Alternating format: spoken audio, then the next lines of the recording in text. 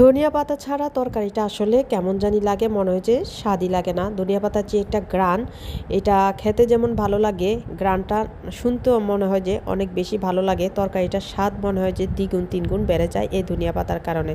আগে শুধু শীতকালেই আমরা ধনিয়া পাতাটা খেতে পারতাম, কিন্তু এখন দেখা যায় সারাটা বছর আমরা সিজন ছাড়াও ধনিয়া পাতা খেতে পারি।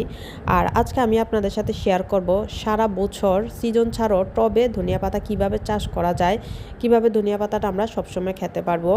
তো গ্রো উইথ রিবা থেকে আপনাদেরকে স্বাগতম। প্লিজ আমার চ্যানেলটাতে যারা নতুন তারা অবশ্যই সাবস্ক্রাইব করে থাকবেন, আর যারা পুরাতন আছেন তারা পাশে থাকবেন। আপনাদের জন্য অনেক অনেক ভালোবাসা রইল।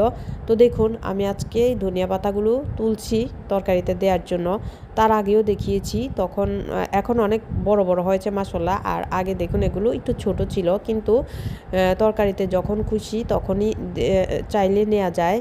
উপরে আমার যথেষ্ট পরিমাণ জায়গা আছে, কারণ ছাদে যেহেতু কাজ আছে, তো আমার 3 তলা 4 তলা এগুলো খালি।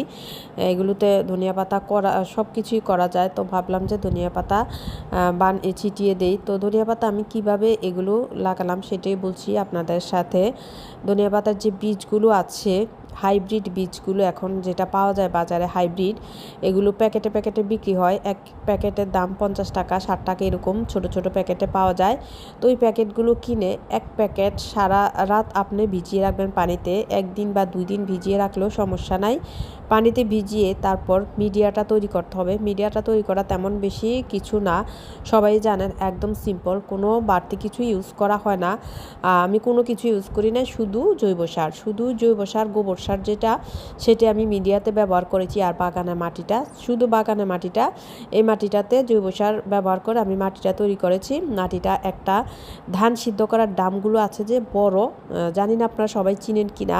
আগে আমরা যে ধান সিদ্ধ করতাম যে ড্রামগুলো, ওই ড্রামগুলো আমার একটা পড়ে ছিল, তো আমি ওইটাতেই দিয়েছি। ওইটাতে পুরা ড্রামের ভিতর আমি মাটি ভরে তারপর 1 রাত ভিজিয়ে থাকা ধনিয়াগুলো ছিটিয়ে দিয়েছি।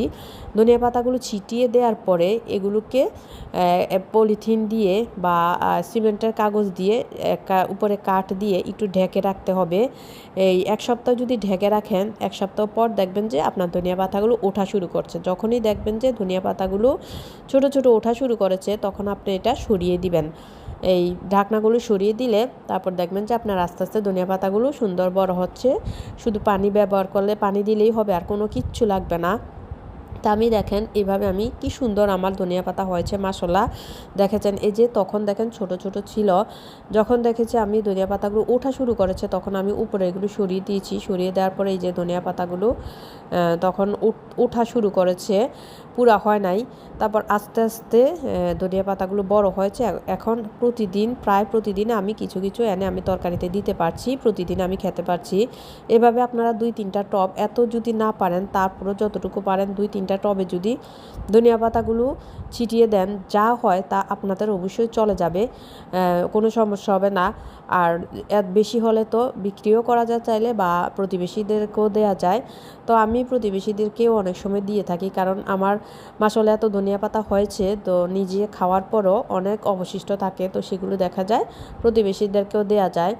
তো বন্ধুরা, একদম সিম্পল বাগান করা কিন্তু একদম সহজ। যারা অনেক বেশি কষ্টের মনে করেন, আসলে কষ্ট না। বাগানটা যদি একবার শুরু করে ফেলতে পারেন, একবার মাটি রেডি করে ফেলতে পারেন, তাহলে কিন্তু সব সময় এগুলো থেকে আপনার এগুলোতেই বিভিন্ন ধরনের গাছ লাগিয়ে দিবেন। বর্ষাকালে তো গাছগুলো, অনেক গাছ আছে যে নিজে নিজে বাড়ে, বৃষ্টির পানি পেলে কিন্তু নিজে নিজেই সজীব হয়ে ওঠে, বাড়ে।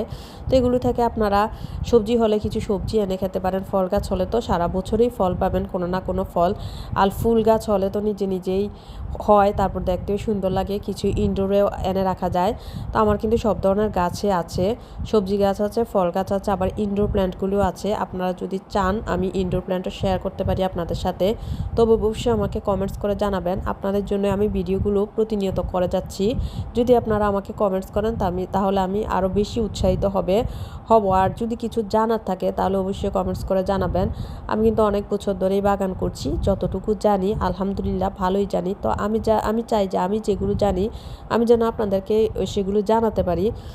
যদি সামান্যতম উপকারও হয় তাও ভালো, তাও একটু জানিয়ে গেলাম আমার এই চ্যানেলটার মাধ্যমে, সেটাই আসলে আমার উদ্দেশ্য। তো সবাই ভালো থাকবেন, আল্লাহ হাফেজ।